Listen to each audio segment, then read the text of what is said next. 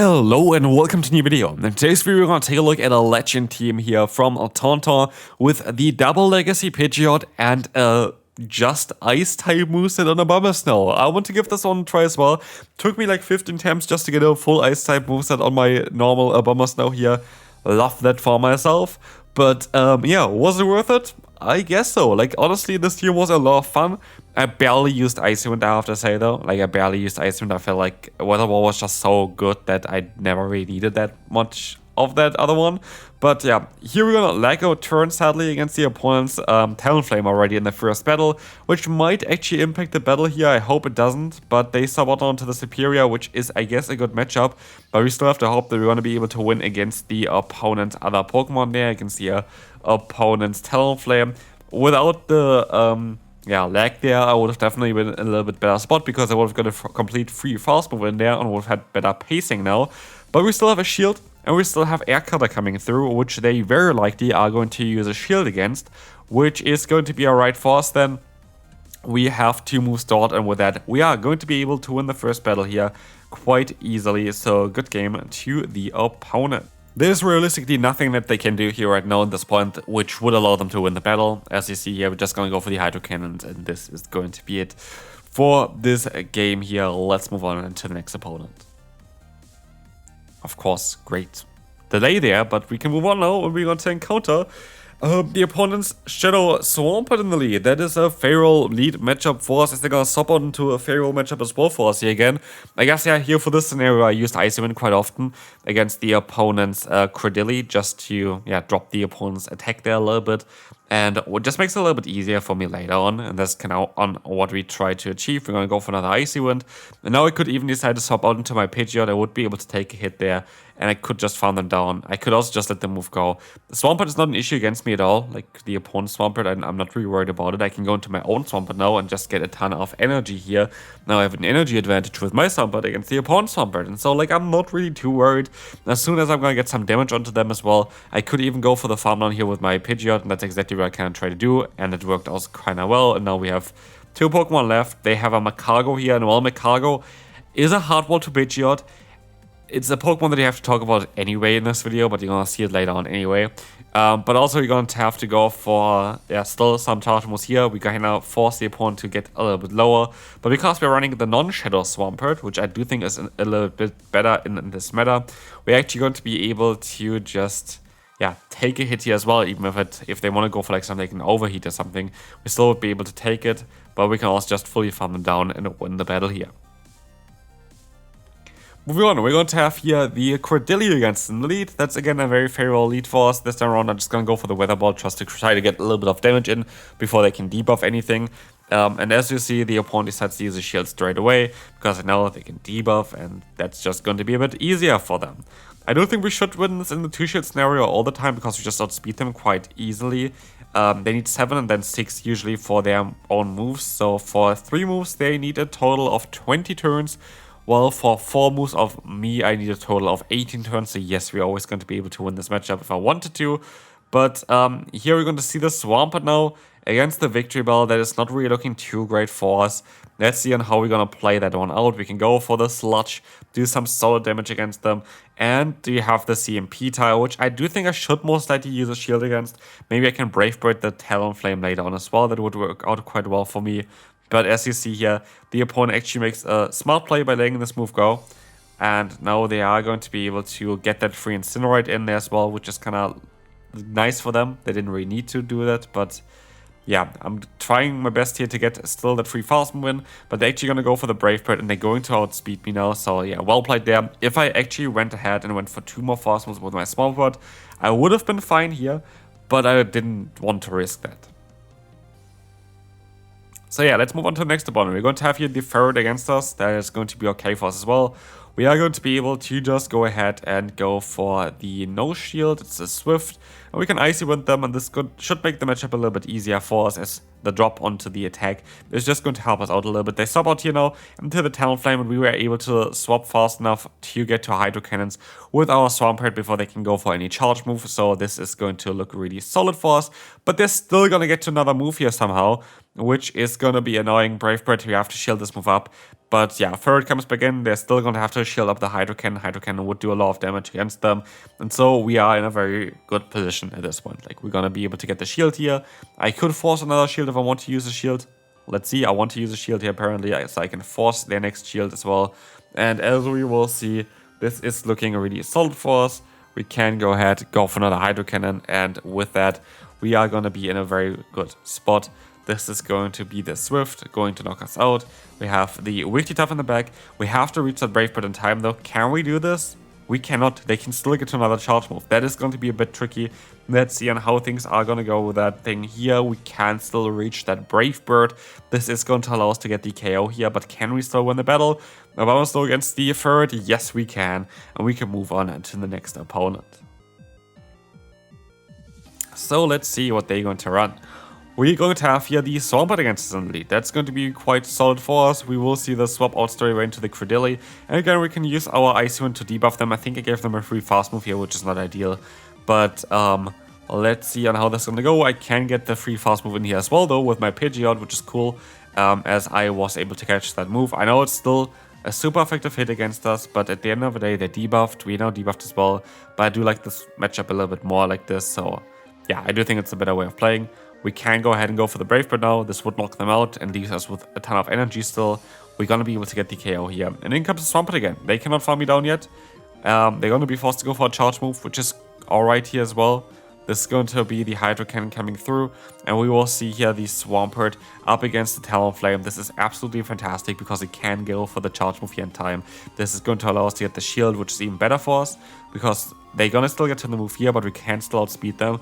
But as you saw already before, one Hydro Cannon alone is sometimes not enough to knock them all the way out. And so this is going to be fantastic as we can go ahead, go for the Hydro Cannon, get the KO. And we see the Swampert coming in here, which just doesn't really have a lot of play here. With Abomasnow still being around, they have to go with the Hydro Cannon here. I can go for the Icy Wind, which allows us to take a hit a little bit easier. And Icy Wind does do a little bit more damage as well than the Weather Ball. But as you see here, we're going to be able to get the KO and move on to the next opponent. I have to say, no, like, after looking now into the battles here a little bit more, I actually went more for Icy Wind than I expected I did. So, like, both of them actually worked out quite well for me. Here, we're just going to go for the Weather Ball straight away. It's just a solid play, to be fair. Like, it's just a solid play. We can go for another Weather Ball straight afterwards if I want to. Yes, I would want to, but the opponent decides to go for their own one. And I should be able to farm them down with a Pidgeot. That was my idea, at least. Yeah, two fast moves here are going to be enough. And so I have at least an energy advantage here. We're going to get out the Credilli. I'm going to go up to the Brave Bird. I'm going to go for the bait, though, because they don't know what I have in the back yet. And so this is the thing. They don't know what I have there yet, so like for them it's just easier to shield. If they knew what I had in the back, then most they would play things a little bit differently. But as we see here, we can now go for another charge move. It is going to be the Lair Cutter, gets the shield again, which is perfect. And I can use a shield here now to get the guaranteed Brave Bird off against the opponent's Credilli. And they swap out here. They swap out into the Diggersby. I know it was totally fine by me because the Brave Bird damage here that's coming in is going to put them into Hydro Cannon range as well. And what we can do is we can just go up to 2 Hydro Cannons, go for back-to-back basically, because this is one of the first one's going to knock out this Pokemon here, the Diggersby, and the other one is going to be able to knock out the Credilli. And with that, we are going to be able to definitely win this battle here, unless we somehow lose the MP title Credilli, which I, wouldn't see coming. But actually, they still survive this, and it still knock us out. But we still have our Pidgeot as well, and so I'm not too worried. We should be still alright here. We're gonna be able to go for a charge move, and yeah, the opponent is going to go down. We can move on to the next opponent. Swampert against us. In comes now the Roserade. That is going to be alright for us as well. The Weather Ball is coming through, and we can go ahead and go for the Weather Ball spam ourselves. Good game to the opponent there, because it's going to allow us to get the shield and also a ton of energy. This is just going to be a Weather Ball. This is totally fine for me. I only need 3 more Gust in order to get to a Brave Bird, which basically gets shields from everything. And so they swap out into, let's see, they're Swampert again, and we're going to be fine here going for the Air Cutter. Air Cutter is just safer. I would have not got the move off otherwise, and this is just safe damage coming through. They go straight for the charge move, which is alright for us. And as we will see here, we are going to be able to go ahead and go for another charge move against the opponent. And this ultimately is going to get the shield from them again. They stop out of here, and we were able to stop out fast enough that we can go for the Hydro Cannon. We got the damage on already from the Gust, which allowed us to put them into Hydro Cannon range as well, but they of course forfeited. And here's the one big weakness. The one big weakness is Magcargo. You have nothing for Magcargo on this team. This is something I was aware already beforehand, but you like the lead and your closer is weak to Magcargo. You of course have your Swampert against this Pokemon, but it's like the toughest matchup that you can ask for is Magcargo, for sure, for this team. But as we will see here, we are going to be able to go ahead and shield up the move from the opponent. It's going to be the Icy Wind. We should be able to just go ahead and get the full farm done and get a damage off against the Magcargo as well. I don't know. Are they going to go for the charge move straight away? I kind of have to let this go because it doesn't make sense to shield up the Pidgeot there. I am going to let this move go through as well. It's going to be the overheat, which is a bit more annoying, and they have Gligar in the back, and that's game. That's game. If they went for the Rock Tomb, I think Hydro Cannon would have not done enough damage against Gligar, so I don't think there was a winning there in this battle. Lopunny wasn't on the list of Pokemon that I would have expected, but they have access to Fire Punch as well as Triple Axle, so like they actually have some solid coverage in this meta. Honestly, Lopunny is really cool for this meta. I never really thought about it before seeing it here. Fire Punch, Triple Axle, and like the double kick as a fast move. If it was part fighting, it would be absolutely fantastic. But even like this, I do think that Sunshine Cup Lopunny is fantastic with the moveset that it has. Like Fire Punch is going to allow you to basically destroy the Abomasnow. You don't even need Fire Punch, you can even go for the Focus Blast, and then you're going to have something from Magcargo as well. Like Lopunny is such a fun play there. I didn't ever consider this one, and it actually has some solid stats as well. And yeah, you beat most of the current Pokemon in the meta with this thing. That is ridiculous. That's definitely going to be on my list of Pokemon I want to still take a look at as well. Yeah, there's a big list, by the way, of Pokemon that I still want to take a look at. I don't think I'm going to get all of them done, because I have visitors over as well for the upcoming like 4 or 5 days. So it's going to be more difficult for me to actually do content. But we see on how things going to go there. I know actually when you watch this video, most likely it's going to be in the middle of that part anyway. But yeah, Lopunny is now on my list. Like, it was a Pokemon I didn't expect. I considered it all before, but it's a cool one. So, anyway, we're going to have Credilly here. Credilly is going to be able to go for the Rock Tomb. This is going to allow us at least to still go for some charge moves. Again, we would be able to win this in the 2-shield scenario if we really want to.